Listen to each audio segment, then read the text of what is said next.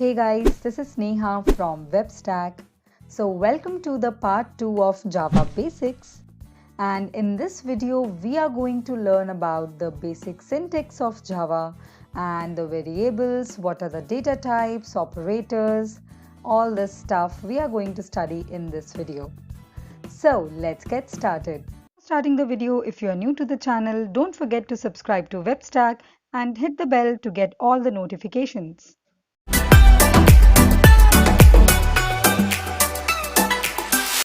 So let's first talk about the basic syntaxes, or you can say the foundation of Java.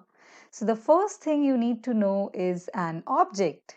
So object is nothing but a real world entity. Like you can say an object is a dog, it's an animal, it's a bird, or it's any person, school, anything like that. So that is an object. So object is having both a state as well as a behavior. So state simply means its characteristics like name, color, breed and hungry, for example. And behavior means what kind of behavior that object is exhibiting, like it's barking, fetching, wagging its tail or what. So this is the state and the behavior part. Also, an object is an instance of a class. So now what is a class? So if I talk about a class, this is actually, you can say, a template or a blueprint from which the objects are created. So it's actually a logical entity, not a physical one. So let's check this out with the help of an example. What do I actually mean by the class? For example, we have an object, or you can say a class called dog.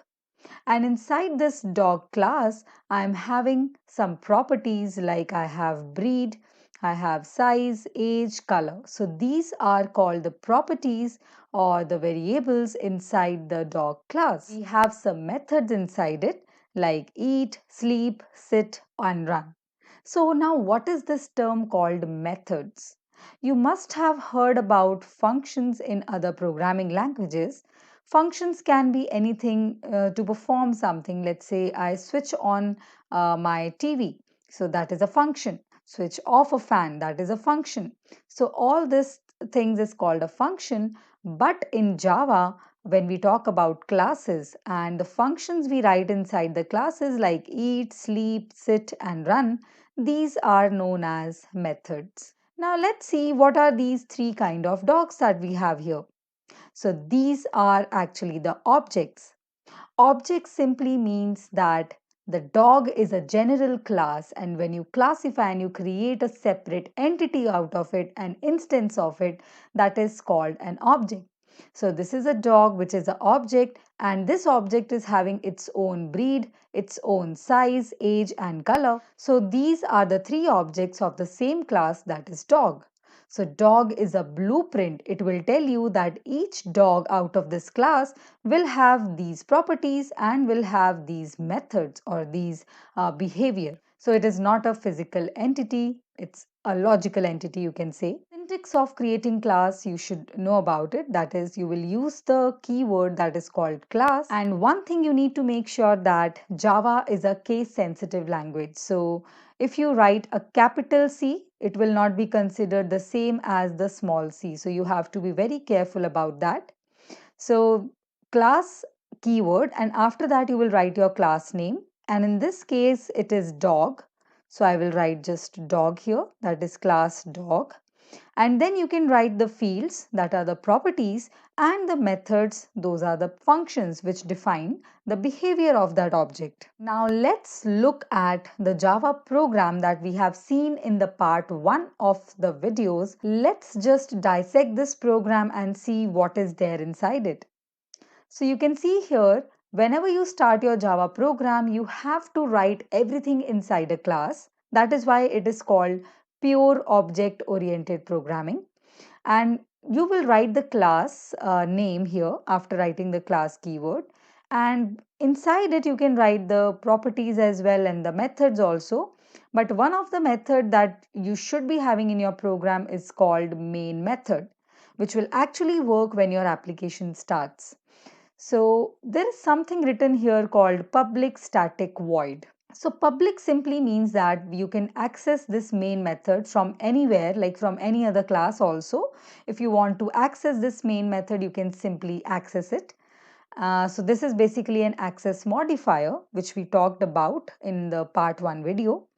And also static. Static means that there is no need to create an object of this class to access this method.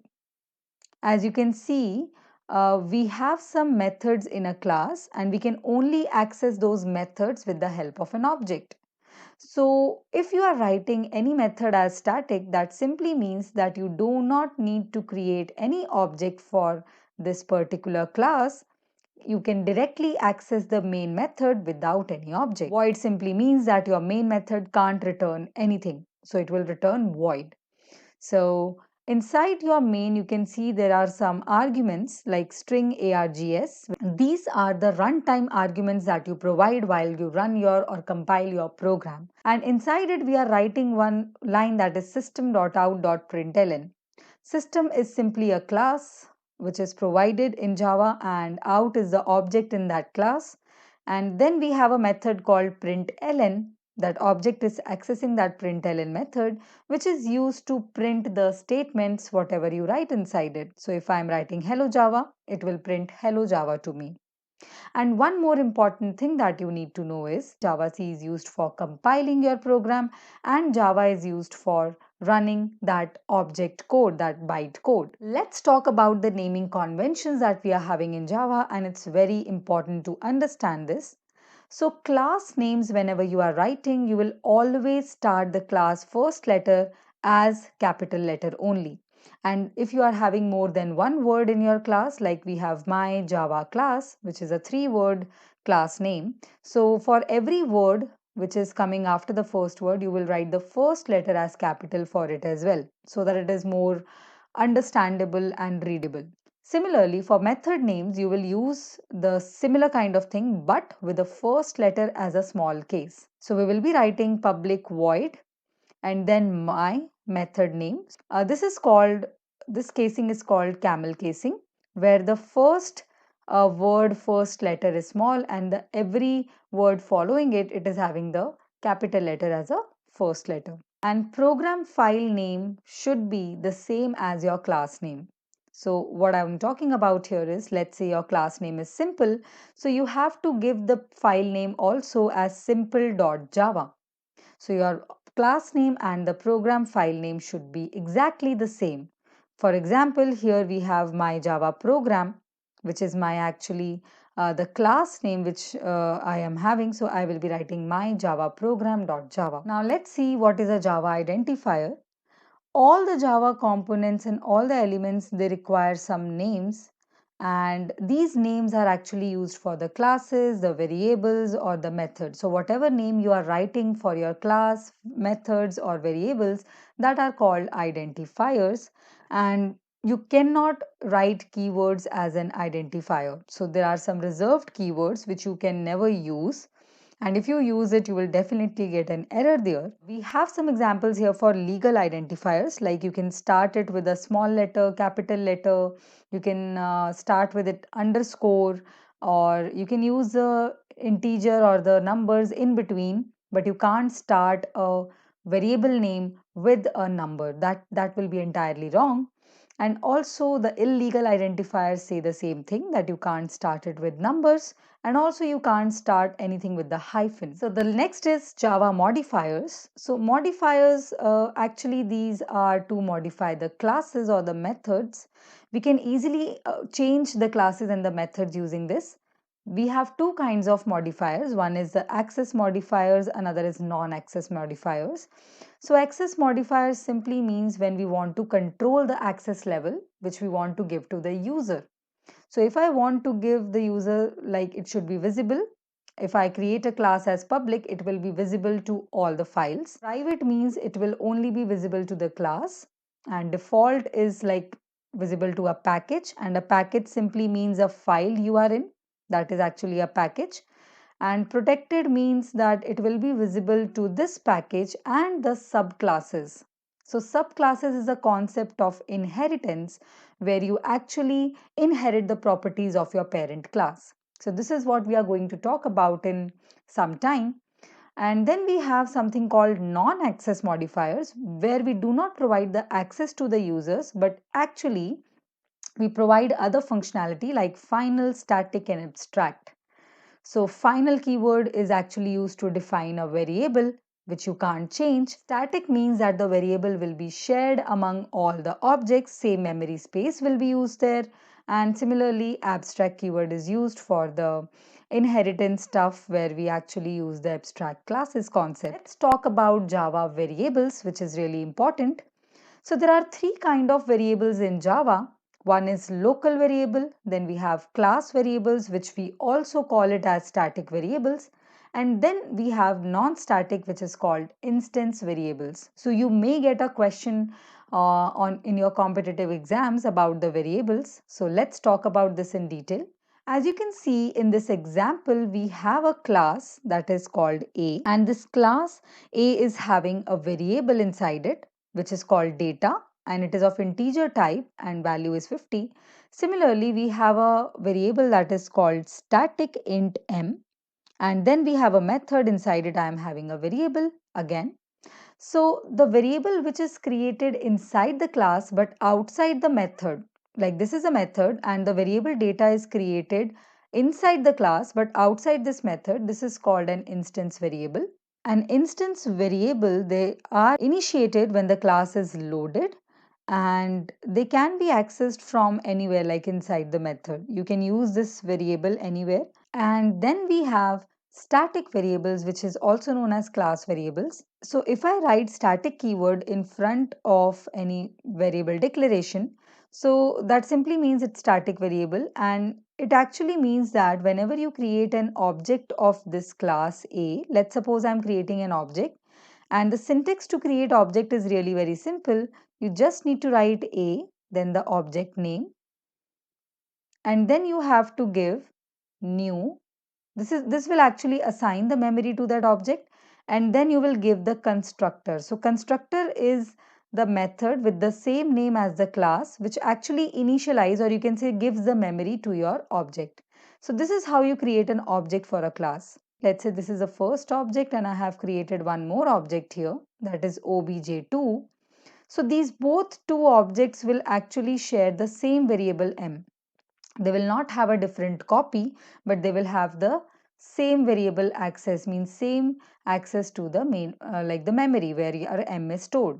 So any changes that are done by object 1 on this m, let's say it changes a value from 100 to 10, it will be reflected to object 2 as well, because both are accessing the same variable. Whereas for this data, every object will have its own copy. The next kind of variable is local variable, which is created inside any block or a function, or you can say a method. So it will be accessible only inside this method only, and once we move outside it, that variable is destroyed. The next thing you need to know is comments. It's very simple. If you want to do a single line comment, as you can see here, something in green, you can see this is a single line comment in which we are just writing double forward slashes. And multi-line comment is simply a forward slash and a star. So you can write multiple lines as a comment here. Now let's move towards data types in Java. So you may be asked a question about the data types, like how many primitive data types are there in Java? So the answer is 8. We have 8 kind of primitive data types. We have Boolean, we have character, we have float, double, and for integers we have byte, short, int, and long. So these are the 8 primitive data types that we have. And the non-primitive data types are something which is complex, like we have arrays, classes, interfaces, enums, and objects. So all these are the non-primitive ones. So now let's talk about 2 non-primitive data types which are really very important. One is array. So you all know that array is an object which will actually contain the elements of similar data type. If I have an array of numbers, I can only have numbers here, and the index always start from the 0 part. Now let's talk about enums. These are very important part, and it actually started from the version 1.5. We have enums in other languages as well, but in Java it is really very powerful. And why? I'm just going to tell you that. So enums are basically a collection of, you can say, constants in which we have some constants defined. Like for example, I have an enum named directions, which contains the basic 4 directions, that is north, south, east and west. And also this directions, this enum is used to create your own data type. So now I have a data type called directions that contains 4 values, that is north, south, east and west. So you can also create your own data type using enum in Java. It helps in reducing the number of bugs, and let's see an example here how you can create that. You can simply write enum, then the name of your enum, that is color. Let's say for an example color. So I'm taking just 3 colors here, red, green and blue. And one more thing, that the semicolon here in enum is optional. So if you want, you can remove it also. Then we have a class which is public, which is really important if you want to access it outside the programs. So inside it, I'm having a main function, which is also having a public static void main.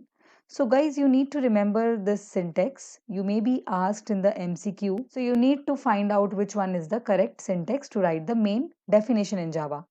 So here inside this, I have created a variable of type color. So this color is a enum and I have created it as, like, I'm treating it as a data type and I'm creating a variable out of it, like you create any other variable, int I or int j. I'm creating here a variable c1 of type color, which is my enum.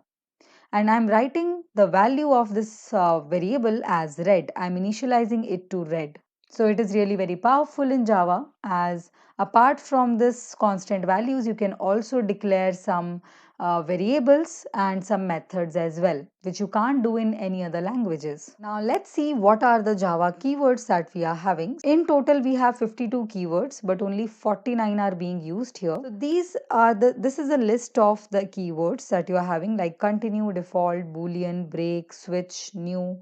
So you can't use these keywords as a literal or a name of a variable in your programs. If you do that, you will definitely get an error. So you have to go through this list once, because you may get this kind of MCQ also in your exams about the keywords, like which one of them is keyword, which one of them is not a keyword. So here is an important note that I have written, that is const and goto. They are reserved for the future use. These two are kept in hold. And true, false and null, they look like keywords, but they are actually not keywords, and still you can't use it as a literal as well. Now let's see what kind of Java operators we are having here. So the Java operators are classified into arithmetic, logical, ternary, relational, bitwise operators, shift operators, assignment operators, and unary as well. So there are different classifications of operators. So let's talk about them one by one. So first is the basic arithmetic operators. So you all know arithmetic operators simply includes addition, subtraction, multiplication, division, and this is a symbol for modulus, which is actually called the remainder. You can find the remainder of the division. And then we have increment and decrement operators. The next is relational operators. So relational operators is simply comparison operators, like we have double equals to, which checks if the two values are equal or not. Then not equals to, greater than, less than, greater than equal to, and less than equal to. So we all know about these relational operators. Let's see logical operators. Logical operators simply refers to double ampersand or double and or double or. So this is a logical and this is a logical or, where it will actually compare both of the values and it will check if this A is true and if this B is also true, then this AND will be true. Otherwise, if any one of them is false, the result will be false only. And logical or simply means that it will check for the both as well. It will first check for A as true or not. If any one of them is true, the result will always be true. And also we are having a not, logical not, which is simply a exclamation mark. That simply means negation of something.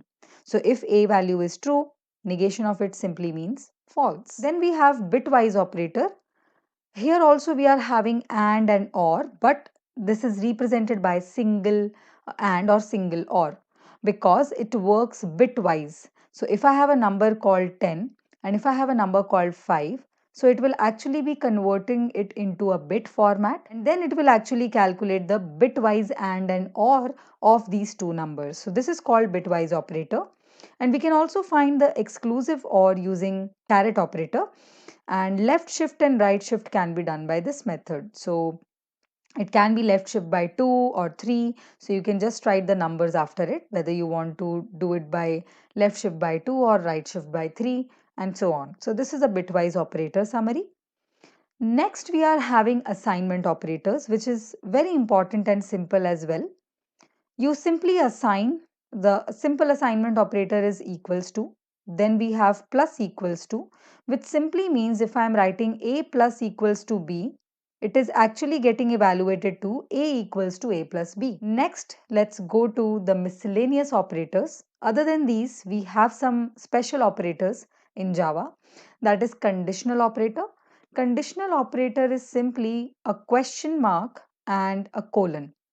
So that simply what does it do is, it evaluates the first expression, and when it encounters a question mark, it will check whether it is true or false. If it is true, it will go for expression 2, but if it is false, it will go for expression 3. That means this is the if part and this is the else part of this thing. So this is a conditional operator, which is really very helpful when you are writing a single line code. The next is instance of operator, which actually gives or tests the type of the variable, what type you are actually using. So it returns either true or false. For example, if I'm writing a instance of string, let's suppose I'm taking the value of a as some string value, let's say Java, like this. And when you take the string value, now I'm checking whether a is an instance of the string data type. So yes, this is of data type string only. So b will be returned as a boolean value, that is true. But in case if it is not a string, then it will return it as false. So that's it for this part 2 of Java Basics. And I hope you got the topics, and if you like the video, please hit that like button and do subscribe to the channel and hit the bell so you get notified for every video I upload here. So we'll see you in the next video.